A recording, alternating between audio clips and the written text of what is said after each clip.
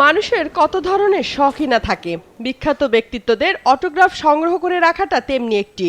প্রযুক্তির এই যুগে অটোগ্রাফ সংগ্রহের শখটা কমে এলেও ৪১ বছর ধরে ক্রীড়াবিদদের অটোগ্রাফ নিচ্ছেন জার্মানির মার্টিন সুলজ, যার বেশিরভাগই আবার অলিম্পিকে পদকজয়ী অ্যাথলিটদের।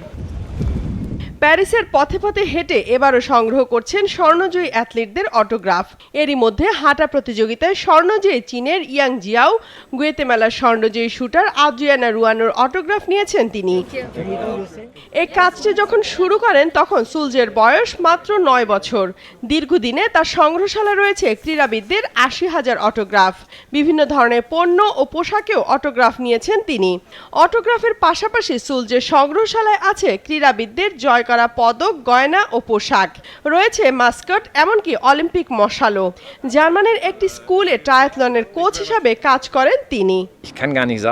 আপনি জানেন, অলিম্পিক পদক জয়ীদের স্বাক্ষর সংগ্রহ করেছি। এছাড়া আমার কাছে বিশ্ব চ্যাম্পিয়নশিপে পদক জয়ীদের স্বাক্ষরও রয়েছে। আমি সেগুলো কাগজে, বিশেষ করে পোস্টমার্ক সহ খামে সংগ্রহ করি। এগুলো আমার সংগ্রহশালার জন্য। জার্মানির হামবুর্গে আমার একটি জাদুঘরও আছে।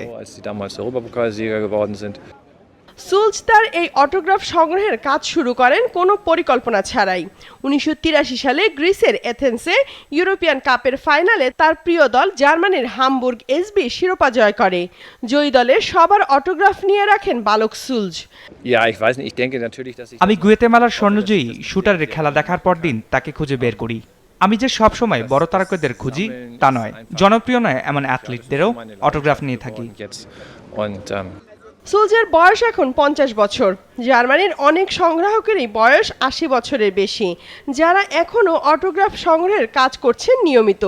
সুলজ জানিয়েছেন, একসময় এটি শখ থেকে শুরু করলেও এখন আবেগের সঙ্গে জড়িয়ে গেছে।